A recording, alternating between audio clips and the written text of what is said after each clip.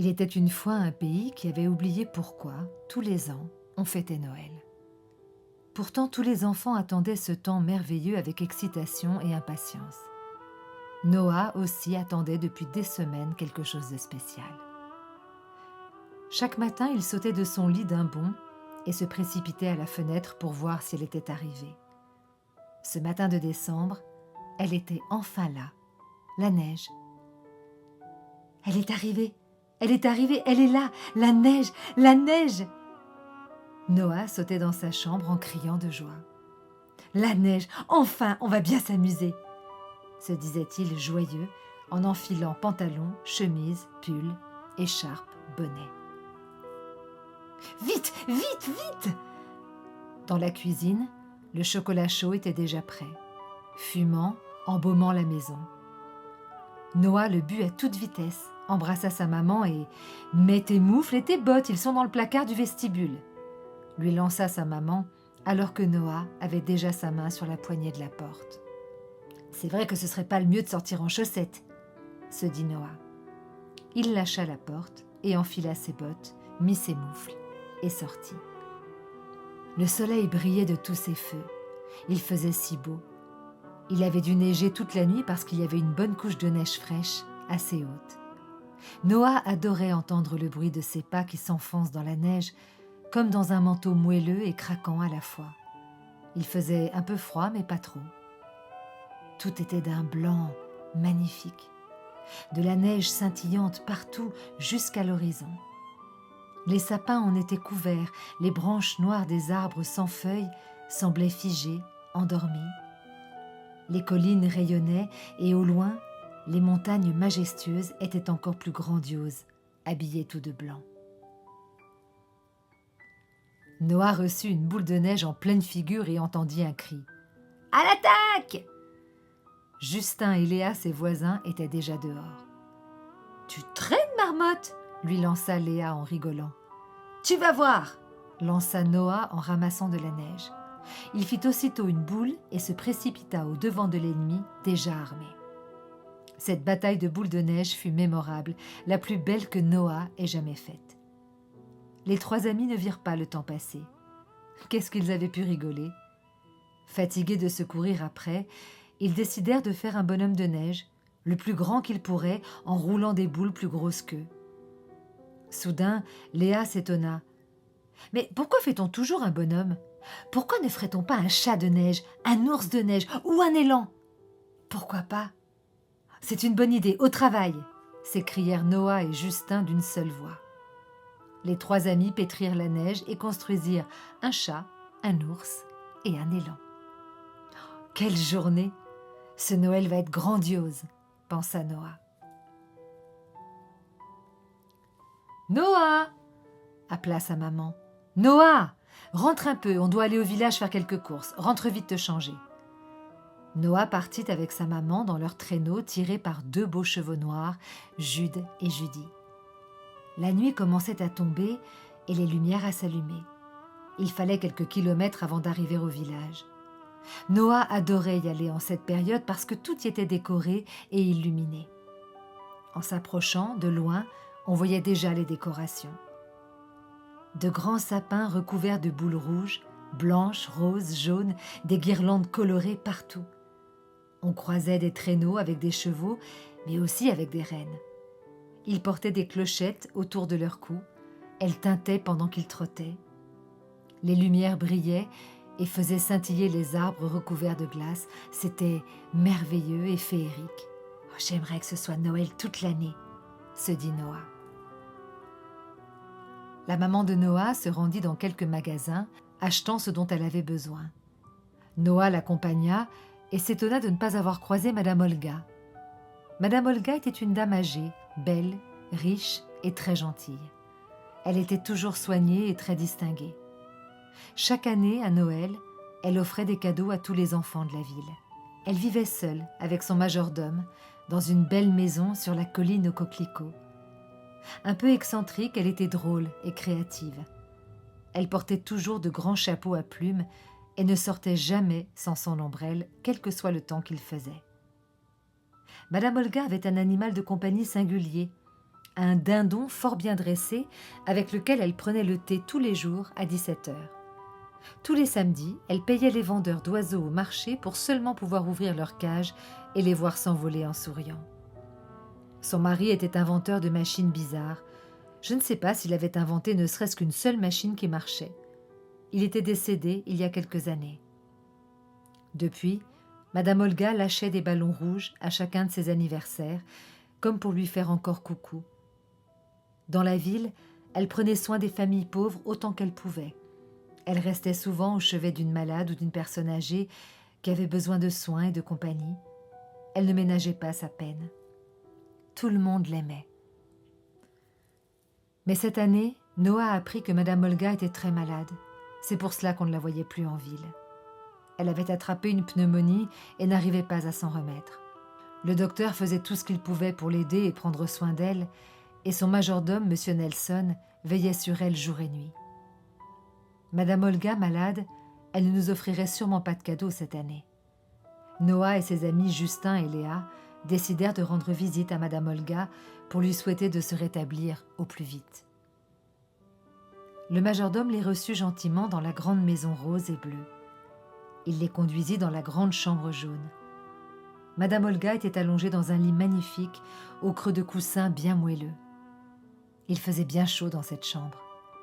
Madame Olga sourit en voyant les enfants qui étaient un peu intimidés. « Approchez, approchez-vous de moi », leur dit-elle d'une voix faible. Puis elle demanda à Nelson de préparer 3 chocolats chauds et 3 parts de la meilleure tarte qu'il avait à la cuisine. « Asseyez-vous », dit Madame Olga aux enfants. Ils se posèrent chacun sur un des jolis sièges près du lit. « Comment allez-vous » demanda Madame Olga. « Ça va bien, on est content, il y a de la neige partout depuis quelques jours » dit Noah. « Et on dirait bien qu'elle va tenir longtemps » dit Léa. « Ça me fait plaisir de vous voir, les enfants » dit Madame Olga. Puis elle toussa. Nelson arriva avec un plateau portant 3 chocolats et 3 parts de tarte aux abricots. « Madame ne devrait pas trop parler » dit Nelson. « On ne veut pas vous embêter, madame » dit Justin. « Oh non, vous ne m'embêtez pas du tout, au contraire. Je suis si contente que vous soyez venue. »« Nous voulions vous dire de bien guérir, » dit Noah. « C'est gentil, merci beaucoup. Mais parfois on ne guérit pas, vous savez, » répondit tendrement Madame Olga. « Oh, mais vous aussi, c'est sûr, c'est bientôt Noël, alors vous allez retrouver des forces, » s'exclama Léa. Madame Olga sourit. Elle toussa longuement puis reprit lentement. « Mais dites-moi, je me demande, savez-vous pourquoi on s'offre des cadeaux à Noël ?»« Non, » répondirent les enfants. « Alors, mangez doucement votre tarte et écoutez-moi bien, je vais vous raconter. »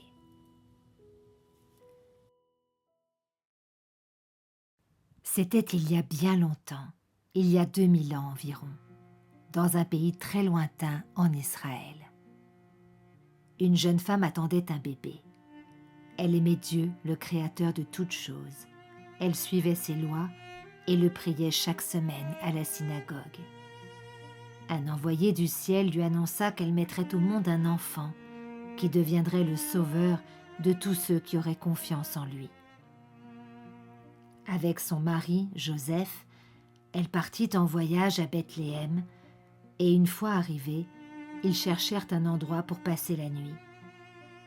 Il n'y avait plus de place dans les hôtelleries, alors ils se couchèrent dans une étable pour les animaux. Le bébé est né là. Ils l'appelèrent Yeshua. On dit Jésus aujourd'hui. Des bergers arrivèrent puis de riches rois. Ils virent l'enfant dans la paille, ils savaient qu'il était l'envoyé de Dieu. Ils se réjouirent, lui firent des cadeaux et l'adorèrent. Pour fêter ce moment merveilleux, toutes les familles avaient l'habitude de faire une crèche placée au pied d'un sapin qu'elles avaient décoré de jolies boules et de guirlandes de lumière, dit Madame Olga. « Une crèche ?» questionna Noah. « Oui, une crèche. Ce sont de petits personnages en bois qui représentent Jésus, Marie, Joseph, les bergers et les rois dans une petite maison humble et simple. « Et pas les animaux ?» demanda Léa. « Si, bien sûr, les animaux aussi, » répondit Madame Olga. « Et parce que Dieu a offert au monde le plus beau des cadeaux, Jésus qui est venu nous donner la vie éternelle, ce qui consiste à connaître Dieu pour toujours. Les familles ont aussi pris l'habitude de s'offrir des cadeaux les uns les autres à Noël. C'est une belle tradition, n'est-ce pas ?» reprit Madame Olga. « Oh oui !» dit Justin avec un grand sourire. « Vous pouvez prier Dieu, vous aussi, comme Marie, dès maintenant. Il vous entend et il vous aime. Ayez confiance en lui. »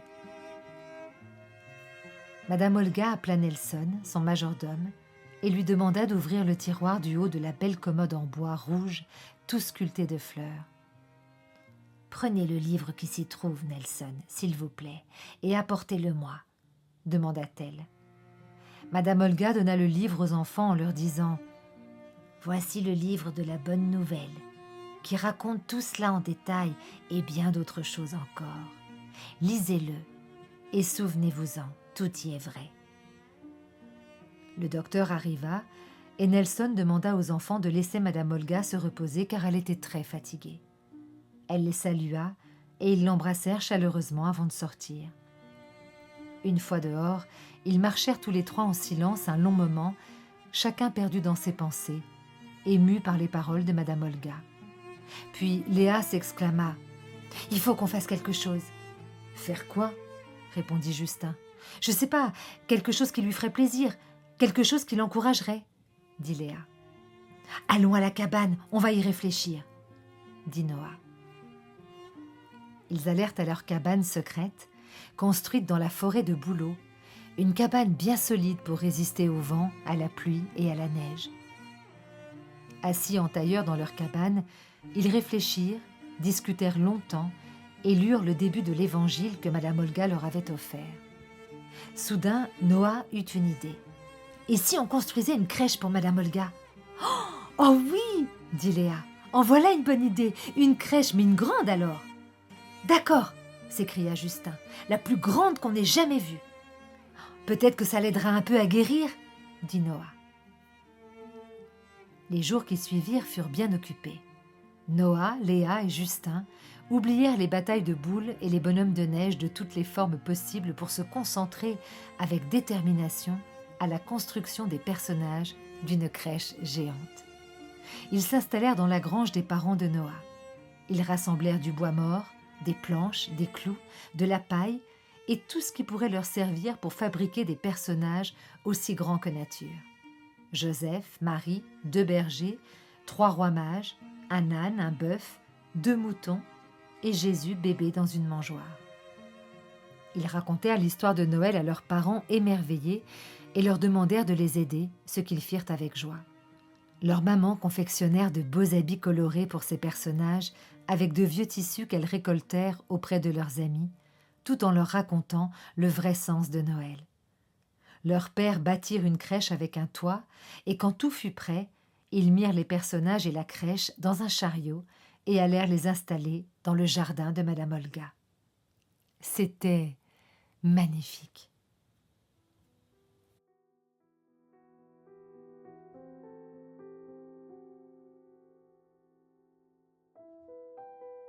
Le médecin dit au majordome de Madame Olga qu'il devait aller au plus vite acheter à la ville voisine un nouveau médicament qui serait peut-être efficace pour la guérir. Il sella alors son cheval et partit sur le champ. Pendant ce temps, Noah, Léa et Justin admiraient leur belle crèche géante. Mais Noah se disait qu'il manquait quelque chose. « Une guirlande et une belle étoile brillante, » dit Léa. « Oh oui, la plus grande qu'on ait jamais vue !» s'écria Justin. Aussitôt, ils retournèrent à la grange, confectionner cette guirlande géante et son étoile. Nelson, le majordome, arriva à la ville voisine et acheta le médicament pour Madame Olga. Mais sur le chemin du retour, le vent se leva et une tempête de neige se déchaîna. Bien vite, il dut descendre de son cheval qui avait du mal à avancer. De grosses bourrasques soufflaient, on n'y voyait plus rien. Il fallait s'arrêter quelque part en attendant que la tempête se calme. Le majordome aperçut un vieux chalet abandonné. Il s'en approcha pour s'y réfugier quand son cheval apeuré se cabra et s'enfuit en hennissant de toutes ses forces. Nelson l'appela, mais il était trop tard. Il entra alors dans la maison en rondin de bois pour se protéger. Là, il attendit que le vent s'apaise. De son côté, Noah trouvait qu'il manquait encore quelque chose. « Mais quoi donc ?» demanda Justin. « Prier, » dit Noah. « Elle a dit qu'on pouvait toujours prier et demander l'aide de Dieu. On doit prier pour que Madame Olga guérisse. »« Oui, tu as raison, » dit Léa. « Prions ensemble pour elle. » Ils fermèrent les yeux et un long silence se fit. Léa les rouvrit et dit « Mais qu'est-ce que vous faites? Allez-y !» Noah ouvrit les yeux et Justin aussi. Noah répondit « Mais on ne sait pas comment faire, on ne l'a jamais fait. Il ne faudrait pas qu'on dise des bêtises. » Madame Olga a dit qu'on pouvait parler à Dieu simplement quand on voulait. « Alors vas-y, toi !» dit Noah à Léa. « D'accord, fermez les yeux. »« C'est obligé de fermer les yeux ?» demanda Justin. « Non, répondit Noah, mais c'est juste pour se concentrer. »« Moi, je trouve que vous n'êtes pas très concentré, dit Léa. »« D'accord, à toi, dit Noah. » Léa prit sa respiration et après quelques secondes dit doucement « Dieu des cieux, nous voulons te demander de guérir Madame Olga que nous aimons beaucoup et qu'elle puisse passer un beau Noël. Nous lui avons fabriqué une grande crèche comme elle nous a raconté. Nous espérons que ça lui fera plaisir. Merci beaucoup pour votre aide. »« Merci, » dirent Noah et Justin de tout cœur et d'une seule voix. Quelques heures s'écoulèrent, la nuit tomba et la tempête se calma enfin. Le majordome ressortit du chalet, mais il ne retrouva plus son chemin. Il faisait nuit, il y avait un beau ciel étoilé et la neige avait tout recouvert. Il chercha sa route à pied. Il marcha des heures, essayant de se repérer grâce aux étoiles, mais il avait bien du mal. Soudain, il aperçut des lumières et une étoile très basse. Il se dirigea vers elle. C'était la guirlande géante confectionnée par les enfants et qui entourait la crèche géante dans le jardin de Madame Olga. Le majordome arriva jusqu'à la maison et put donner le précieux médicament à Madame Olga. Bien vite, elle guérit et put se lever de son lit et admirer cette magnifique crèche dans son jardin. Noah, Léa et Justin étaient ravis, comme tous les habitants du village. Ils avaient redécouvert le vrai sens de Noël, l'amour et le salut divin. Ce fut leur plus beau Noël.